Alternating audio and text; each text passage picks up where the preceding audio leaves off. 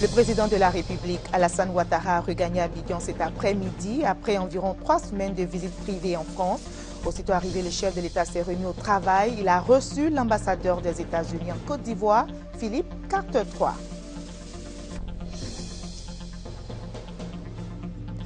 Opération réussie pour la direction des enquêtes de la police nationale d'Adjamé. Elle vient de saisir 11 tonnes de produits pharmaceutiques non autorisés par la PSP, Pharmacie de la Santé publique.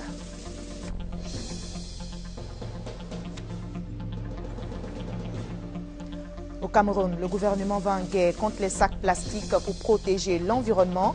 L'utilisation des sacs et emballages plastiques est désormais interdite sur tout le territoire camerounais. Bonsoir à tous. Merci de regarder le journal de RTI 1.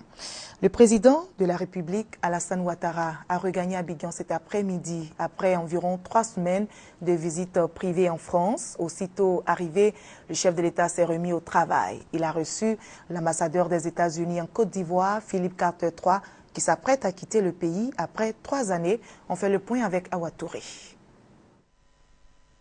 Le président de la République, Alassane Ouattara, rentré cet après-midi d'un séjour privé en France, a tenu à recevoir l'ambassadeur des États-Unis en Côte d'Ivoire, Philippe Carter-III, qui quitte définitivement notre pays. L'occasion pour le chef de l'État de remercier de vive voix cet ami de la Côte d'Ivoire pour ses actions en faveur de la paix. Je tenais à le rencontrer avant son départ pour le remercier. Pour les 3 années qu'il a passées ici en Côte d'Ivoire, il a été d'un grand soutien à notre pays, à tout ce que nous avons tenté de faire ces dernières années. L'ambassadeur Carter est arrivé ici à la veille des élections présidentielles de 2010. Donc il a vécu toute la période électorale, post-électorale et de reconstruction de la Côte d'Ivoire. Donc je tenais, monsieur l'ambassadeur, à vous dire un grand merci pour les conseils très avisés que vous nous avez donnés, le soutien que vous-même et votre gouvernement nous avez donné. Et nous espérons que dans vos nouvelles responsabilités, vous continuerez de penser à nous. En tout cas, merci et vous transmettrez nos salutations et notre gratitude au président Obama. Le diplomate américain a pour sa part indiqué qu'il part avec beaucoup de souvenirs, mais aussi avec une grande appréciation du leadership du président Alassane Ouattara. Nous avons travaillé beaucoup ensemble et avec les autres bailleurs de fonds, les autres diplomates. Et comme moi-même, j'ai beaucoup de confiance à le président pour sa capacité, son sincérité, d'adresser tous les défis en face de la Côte d'Ivoire et pour avancer la cause du peuple ivoirien. Avec les États-Unis, la Côte d'Ivoire, en particulier le président de la République, va trouver des amis. Et le soutien du gouvernement des États-Unis va continuer. Nous sommes ensemble. Merci beaucoup. Et merci beaucoup pour ce geste et pour votre amitié et toutes les choses, et particulièrement pour la première dame et ses efforts avec les enfants. Et c'est fantastique. Merci à tous et au revoir. Après cette rencontre avec le président de la République, Philippe Carter-III, est allé prendre son vol pour son pays, les États-Unis, où il est appelé à de nouvelles fonctions. La Côte d'Ivoire et les États-Unis ensemble, la coopération entre les 2 pays se renforce dans le domaine de la sécurité.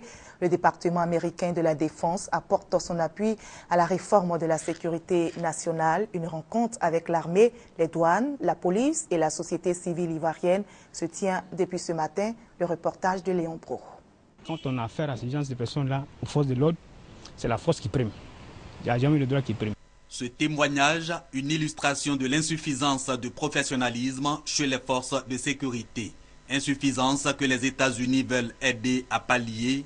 À la clé, un renforcement des capacités des militaires, douaniers, policiers et acteurs nationaux de la société civile.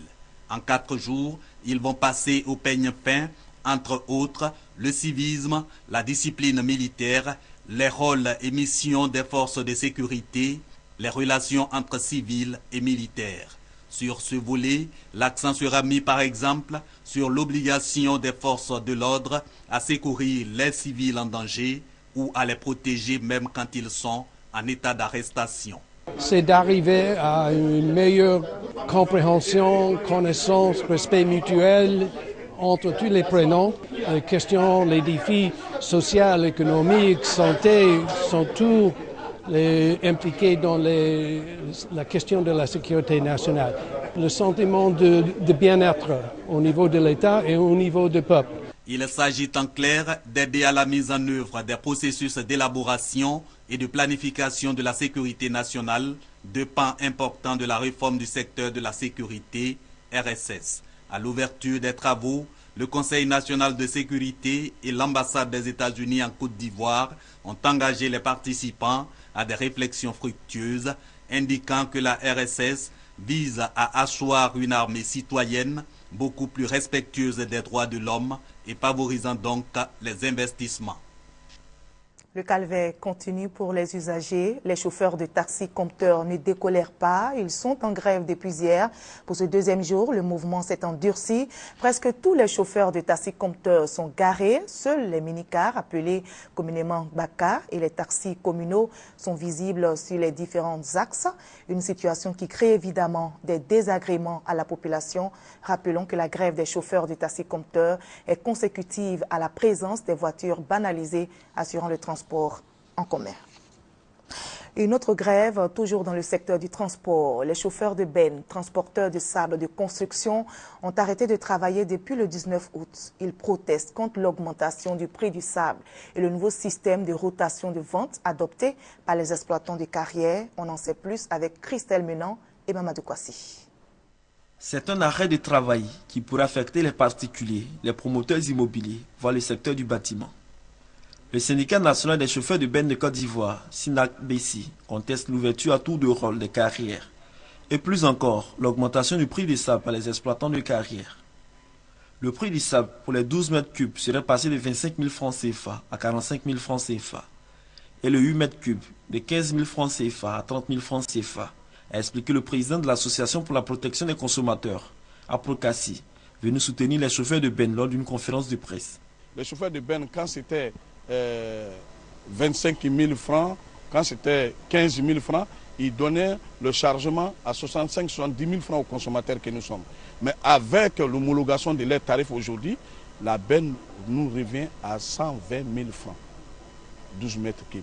Cela est inadmissible. Ces exploitants, la majorité, nous n'avons pas vu une seule facture normalisée avec eux.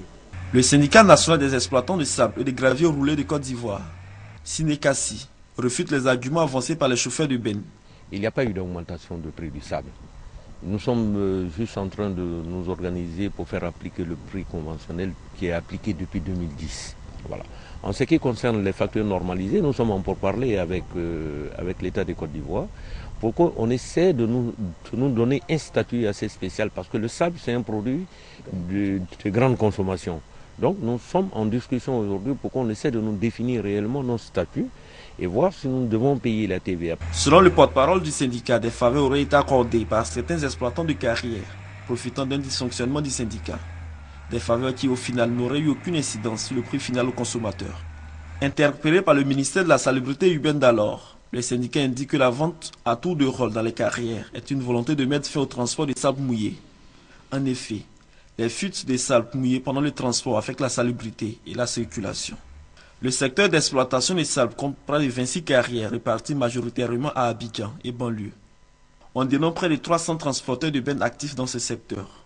Ce sont des intermédiaires qui reversent quotidiennement une recette aux propriétaires des véhicules qu'ils exploitent pour un chiffre d'affaires journalier qui peut atteindre 400 000 francs CFA. Après 10 ans d'arrêt, les travaux de recherche et de développement de l'agroforesterie reprennent. Le lancement a eu lieu hier. Les chercheurs des ministères des Eaux et Forêts, de l'Agriculture et de l'Enseignement supérieur et de la recherche scientifique affinent leurs actions. Francis Boifo pour en savoir. L'agroforesterie consiste à planter des arbres et à développer des cultures vivrières ou pérennes sur la même superficie. Entre 1990 et 2000, des experts du Centre national de recherche agronomique CNRA ont pu, à travers des techniques adaptées à la texture des sols, régénérer des vergers de cacaoyers et de caféiers. Malheureusement, certaines difficultés ont freiné l'expérimentation de ces techniques. On trouve des technologies, mais souvent le transfert de ces technologies-là vers le paysan pour qu'il s'approprie et améliore effectivement les mécanismes, même si l'analyse existe, ne sont pas encore bien huilés. Donc entre autres, au cours de cet atelier-là, on va réfléchir à ces questions-là, comment rendre les résultats accessibles aux paysans et puis comment rendre le mécanisme fluide pour que les choses intéressantes qu'on a au laboratoire au niveau de la recherche puissent être utilisées par le paysan, par l'éleveur. Selon le chef de programme forêt et environnement du CNRA, 70% des sols ivoiriens sont dégradés. Avec la dégradation du couvert forestier, aujourd'hui, il y a une menace réelle qui pèse sur la Côte d'Ivoire au plan alimentaire, au plan écologique et même au plan financier. Le présent atelier vise à valider le document national de développement de l'agroforesterie. Il servira de guide aux experts du CNRA, des ministères des eaux et forêts, dans la mise en œuvre du programme de réhabilitation des sols, des forêts et à l'augmentation des produits agricoles. La lutte contre la corruption se renforce en Côte d'Ivoire. Le secrétariat national à la bonne gouvernance et au renforcement des capacités entreprend des actions pour mettre fin à ce phénomène. Des campagnes de sensibilisation sont menées, mais porteront-elles? Comment enrayer la corruption en Côte d'Ivoire? Suivons cette analyse de la rédaction du RTI1 avec Laurent Ponga. Selon le secrétariat national à la gouvernance et au renforcement des capacités, SNRGC, 85% des Ivoiriens sont confrontés quotidiennement à la corruption, au népotisme et au favoritisme. Plus grave encore, la Côte d'Ivoire figure parmi les 50 pays les plus corrompus du monde. Le seuil critique est donc atteint. Tous les secteurs d'activité sont concernés. La corruption qui sévit dans les secteurs a complètement intégré les habitudes des Ivoiriens au point de la banaliser. Ainsi, entend-on dire, c'est comme ça au pays, ou bien c'est pas ça qui va faire tomber la Côte d'Ivoire. Avec de tels agissements, les Ivoiriens sont en train de perdre dangereusement leurs repères. Faillite morale, recherche du gain facile et absence de repères. Le secrétariat d'État à la bonne gouvernance tire la sonnette d'alarme à travers surtout une campagne publicitaire qui met en exergue le comportement hideux et honteux de certains Ivoiriens.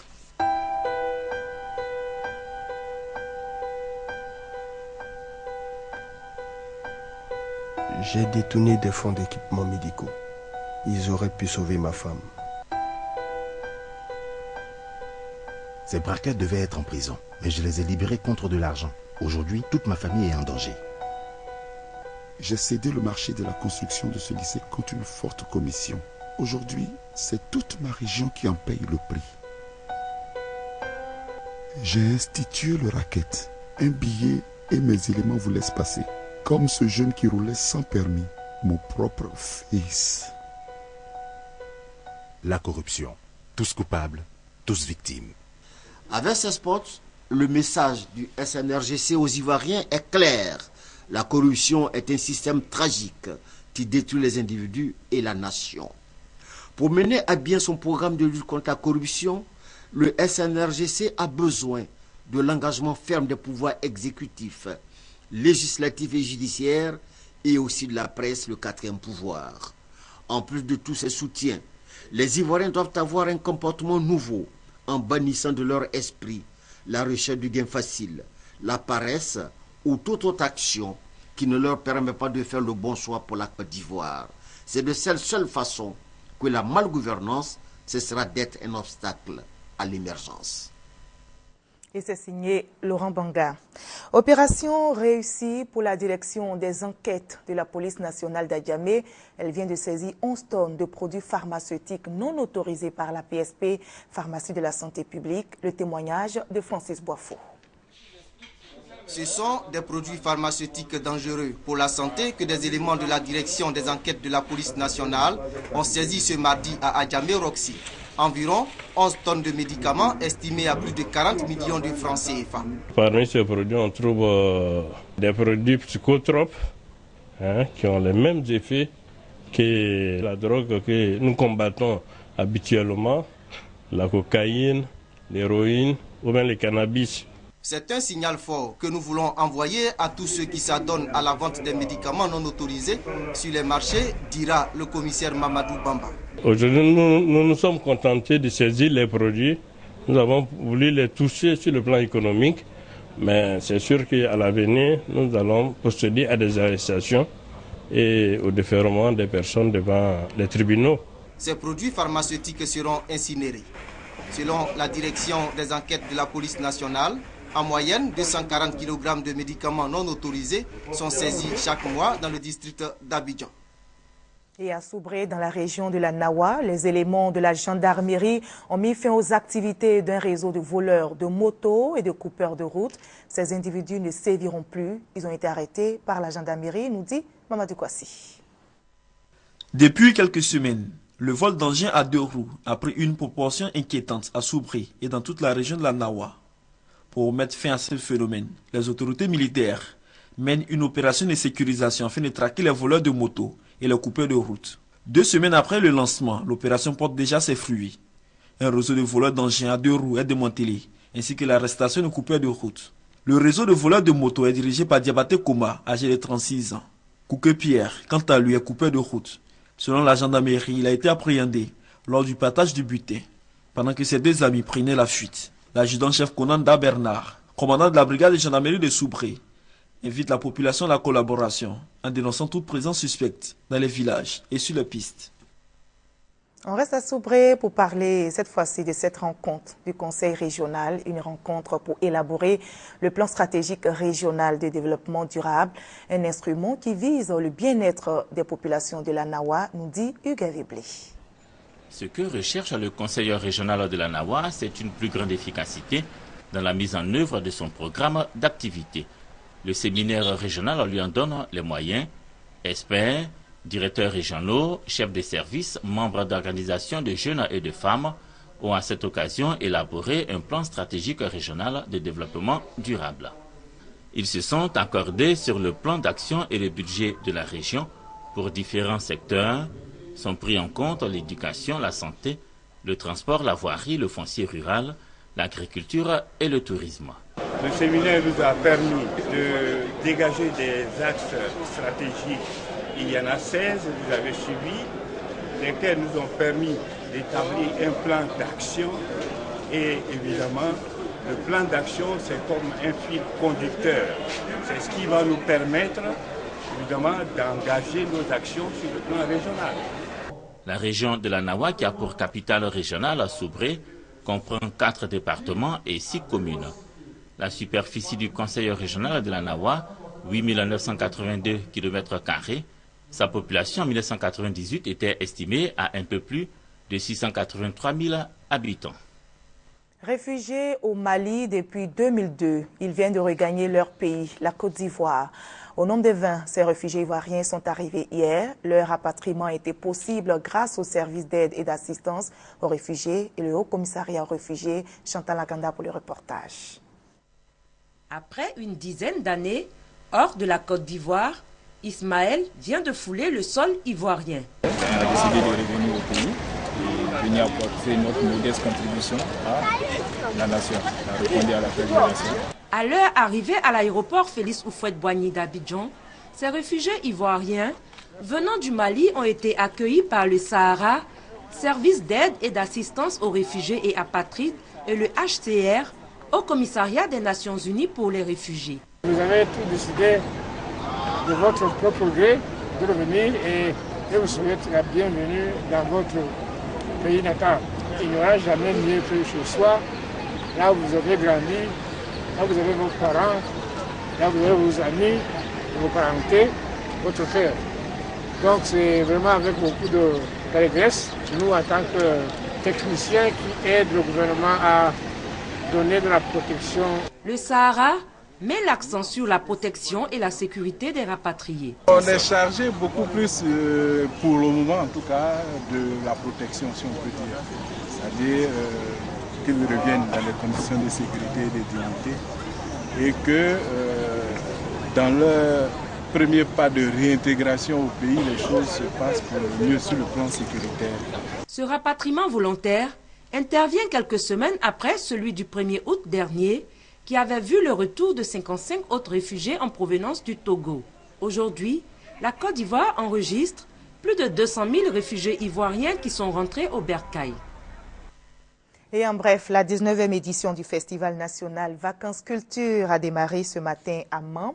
Des centaines de jeunes ont effectué le déplacement pour représenter leur région. Et le thème de cette 19e édition est jeunesse, diversité culturelle et cohésion sociale. Le festival s'achève le dimanche 1er septembre.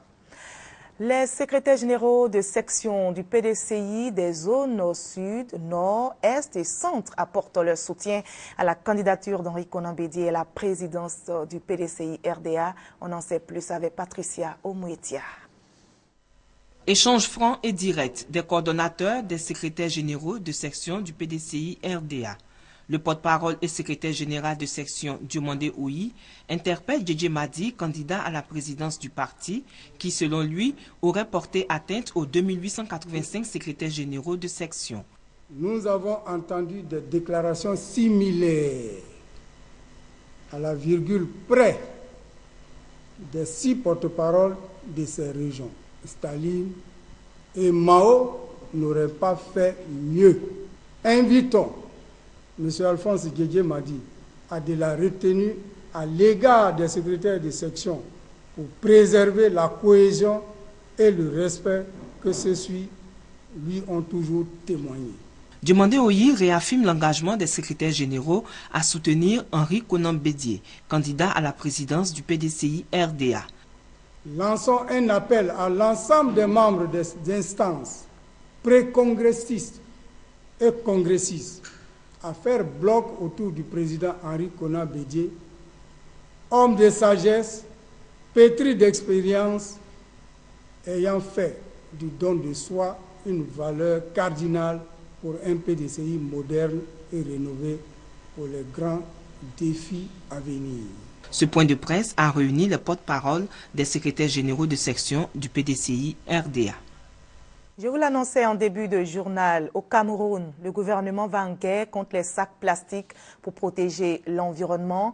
Le ministre camerounais de l'Environnement et de la Protection de la Nature vient de rendre publique la décision du gouvernement de mettre fin à l'utilisation des sacs et emballages plastiques sur tout l'étendue du territoire. Dans la zone industrielle de Douala, au Cameroun, une petite entreprise se distingue des autres. C'est l'une des rares structures de récupération et de recyclage des déchets du pays. À l'arrivée des bennes, les ordures sont triées, emballées, pesées et stockées. Le plastique constitue le plus gros des déchets. Le plastique, déjà, c'est une matière non biodégradable qui constitue un déchet énorme parce que le plastique peut faire facilement 400 ans sans toutefois être détruit. Donc, à partir du moment où un élément reste pendant 400 ans et qu'il est produit il est produit à quantité tellement énorme, ça pose un problème environnemental. D'où l'idée de valoriser ces déchets plastiques pour en faire des toilettes, par exemple. Ces cabines ont été entièrement fabriquées avec du plastique récupéré dans les poubelles d'autres entreprises. Une filière d'avenir pour ce directeur, un ancien cheminot qui n'a pas hésité à se reconvertir. Lorsque nous prendrons le déchet comme une richesse, le plastique comme une richesse, d'abord, nous gagnons sur le plan de la santé. Toutes ces eaux que nous buvons sont issues du plastique, vous le savez. Donc, sur le plan de la santé, rien ne vaut ça. Deuxièmement, en matière de recyclage de déchets, c'est des milliers d'emplois. Maintenant, leur valorisation va encore créer d'autres milliers d'emplois. Face au fléau de ces déchets, les autorités camerounaises souhaitent réagir plus efficacement. Plusieurs industriels ont été convoqués à une réunion ministérielle. Dans 6 mois, l'importation et la production de plastique non biodégradable pourraient être interdites.